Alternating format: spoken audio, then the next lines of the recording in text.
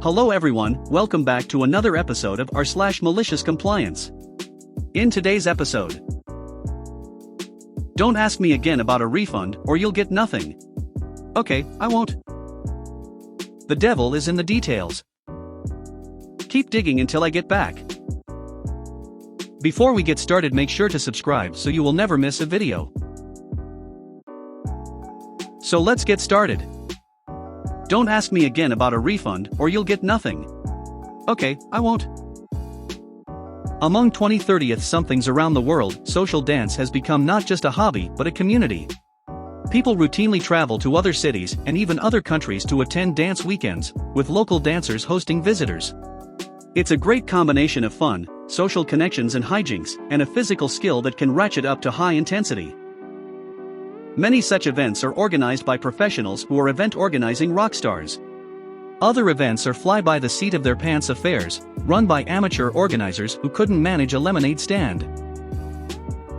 This story is about the second kind. An organizer announced a 4-day dance camp in another state with a bunch of instructors. It was a first-time event, but I knew these people from some past events, and it sounded like fun. For months before the event, a registration website opened, and the early bird registration cost was like $600.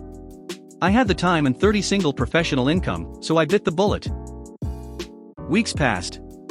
TBD event details remained TBD, which was unusual but not that unusual. More weeks passed. I started periodically emailing the lead organizer asking for updates. Occasionally I got a vague assurance that it's all good, other times, radio silence. Deepening skepticism.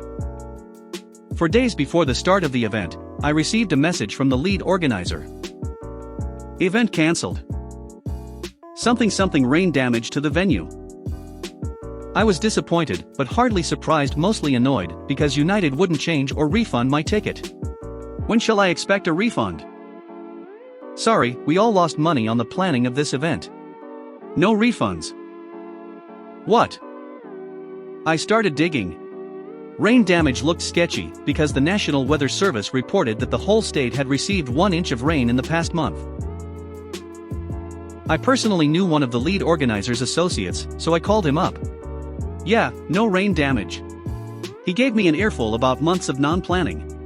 The event had been a mirage. I sent a rather to-the-point email message demanding a refund, and the lead organizer agreed and asked for a few weeks. The refund didn't arrive. More email exchanges led to more promises and more missed dates.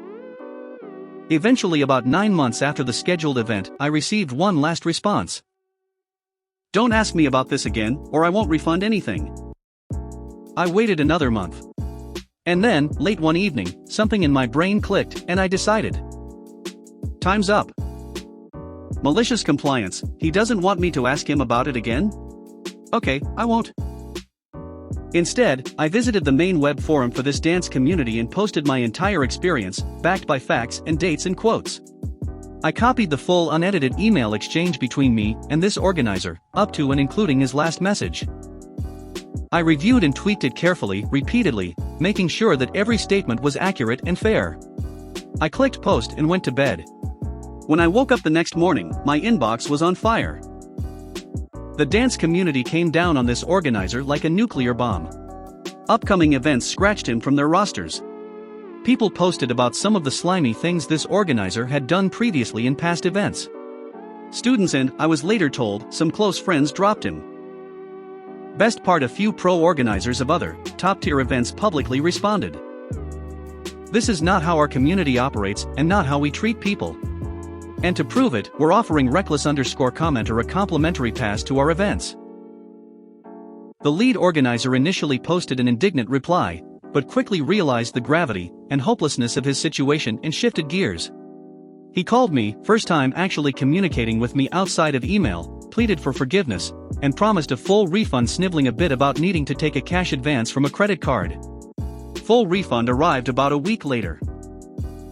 For years afterwards, I periodically received messages from people reading, "Hey, this organizer wants to do an event with us, but we heard something about a bad experience you had with him. Can you tell us what happened?" Sure, here's a link to the forum post that documents what went down. I deleted it about 5 years after the event, because I don't believe in ruining people for life. The devil is in the details. I work in the wastewater industry. My previous employment was at water reclamation plant, poo-poo plant, for a county. We processed up to 32 million gallons of wastewater a day, and I worked midnights Tuesday to Saturday right as the heavy flows came in. The company had 7 wastewater operators retiring in a span of 6 months, and the department manager, we will call him War Master Horace as he ruled with an iron fist, refused to allow more than one person from other departments to train at a time for a period of 9 months, so needless to say we were short-handed. My plant manager, who we will call Little Horace, was a very arrogant, a bully, and an unpleasant person to be around. He also had a tendency to target one person to blame all the problems of the plant on until that person transferred out to another plant, or quit, and went somewhere else. My shift partner was the last target, and she left to go to another plant. So I pulled 278 hours of OT that year since no one else wanted to work graveyard shift, and the guy they hired 4 months later quit after 8 days, because of this guy. So I knew how the plant run inside and out, plus having a background in industrial maintenance, I knew when things were not running at optimal, and when equipment had went down. Unfortunately for me, I was the new target. Little Horace started out by asking how I ran my shift. Over the course of a few weeks he would ask me how I got certain numbers on tests I ran. One day he came at me as I was getting into my vehicle to leave saying that I didn't put enough information about potential problems into the log for the next shift. Tired, angry from being on my 14th day in a row, and having experience in leaving detailed explanations from having to write a 6-page essay on how to drink out of a canteen when I was in the Marines, I obliged him. So the next night I made a 1631-word log into the notes for the next shift. I described the weather outside, smells at each station, how the equipment ran and sounded as I checked all 18 stations, each test with color, pH, temperature, consistency, texture, potential issues that might arise from the stages based on what each test showed, etc. I got called into his office the next morning to ask if I was trying to be funny with what I wrote. I told him, no, you wanted detailed notes about potential problems in the log for the next shift, so that's what I did. You know from our training classes for our state licenses that part of making changes is by visual inspections and odors. He told me that I was correct, but leaving notes like that is considered insubordination AMD, that if I left more like that I would be written up. Dead-faced, I just said okay and left. The next night while making my first sample pulls for process control testing, I noticed the alkalinity of the lower than the SOP limit, so in order to get it to go up, we use sodium hydroxide. Sodium hydroxide is very corrosive, it makes PVC brittle, and can even dissolve certain metals. So I went to go to our chemical room to start up the hydroxide pump. The CPVC piping in the chemical room was a mess of pipes running in and out, crossing over others and all connected to other lines for redundancy in case one pump fails, another can be started.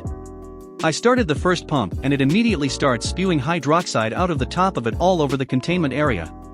So I closed the 6 valves piped to it and opened the 6 other valves to run to the second pump. I started up and run it in auto so the computer program can adjust according to flow coming in.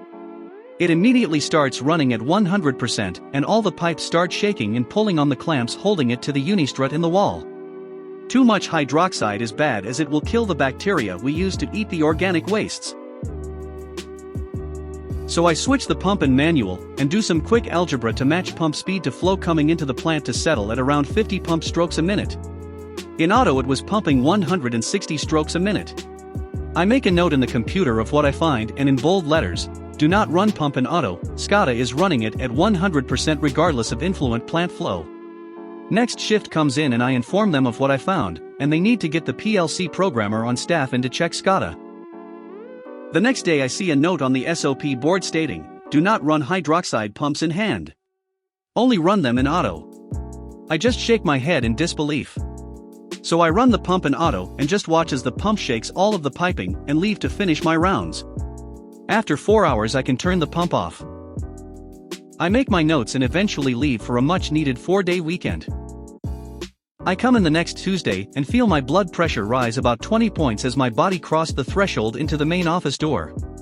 I walk into the control room to the outgoing shift telling me that we can't run hydroxide as the only other pump we have blew out the CPVC lines and it dumped 10,000 gallons of hydroxide into the containment area. About $16,000 in cost. It blew out on the shift after me as no one checked it for 2 hours after they started up the pump. Nearly the whole tank drained into the contained area, which the valve was open there, and it was going into the raw sewage well. Needless to say, it slugged the plant pretty bad for 3 days, as it killed a portion of our bacteria. They also said little Horace was cussing my name for being the one who broke it. So I knew what was coming. Sure enough, 7 hours and 45 minutes later, I am in War Master Horace's office with little Horace interrogating me as to why I didn't say anything about the piping being broken. I said, I didn't break the pipes. In fact, I left a note last week in the logs that the pump needs to be ran in hand, as in auto it is running 100% regardless of flow. I even told day shift we needed the PLC guy. I came in the next night. AMD you had written on the SOP board to only run the remaining pump in auto. War Master Horace looked at little Horace and asked what day, so he could review them. So I pointed it out in my notes and I was dismissed from the office, while little Horace had to stay and the door was shut. The next morning little Horace apologized to me, at the orders of the War Master, for saying I am the one who broke the piping. He quickly shifted the subject into how I was still partly responsible for poor communication. It was a rather enjoyable moment, though little did they know I was in the process of being hired onto another job in the same industry. Keep digging until I get back. Long ago, in a land a couple hundred miles away, my father wanted to dress up the front corner of our property with a section of decorative fence and a few rose bushes.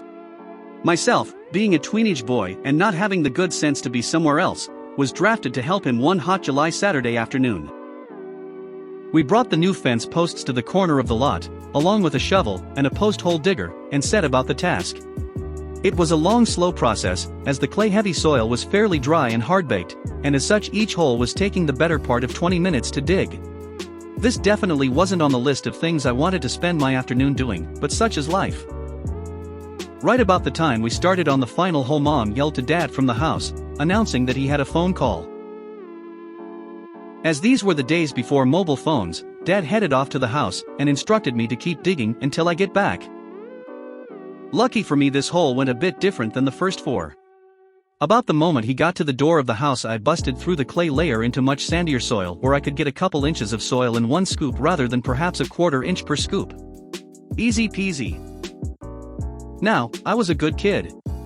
I didn't cause trouble of any significant variety, I got good grades, and I helped out around the house when I got caught unawares. But seizing an opportunity for malicious compliance was definitely among my personal strengths. So I kept digging. And digging. Post holer in, squeeze, post holer out, dump, repeat. Dad wasn't on that phone call very long, but I made good time, and by the time I saw him at the door coming back, I was quite literally putting the post holer all the way into the ground to the point where the tips of the handles were just below the surface of the ground, and I couldn't really dig because I couldn't open up the handles to squeeze the digging end any longer. So, if I had to guess, I'd say that hole was about 5 feet deep. Dad, how's it going? Me, I think it's deep enough now. Dad, let's put the post in and check. Me, huge grin while he stoops over to pick up the post. Dad proceeds to drop the post in the hole. All the way in the hole. See, these posts were maybe hip height when installed, probably about 5 feet long themselves. So there's Dad, momentarily struck speechless, amazement washing across his face. He looks at me. Me, you told me to keep digging until you got back. Shrugs. Dad, you little shit. Laughs. Dad had to grab the post with his fingertips and pull it back out of hole, and it wasn't but a few seconds of work to refill the hole to the proper depth. And to this day he loves telling the story of his maliciously compliant son. If you made it to the end of the video, thanks for watching. Don't forget to like, subscribe and share, and we will see you in the next video.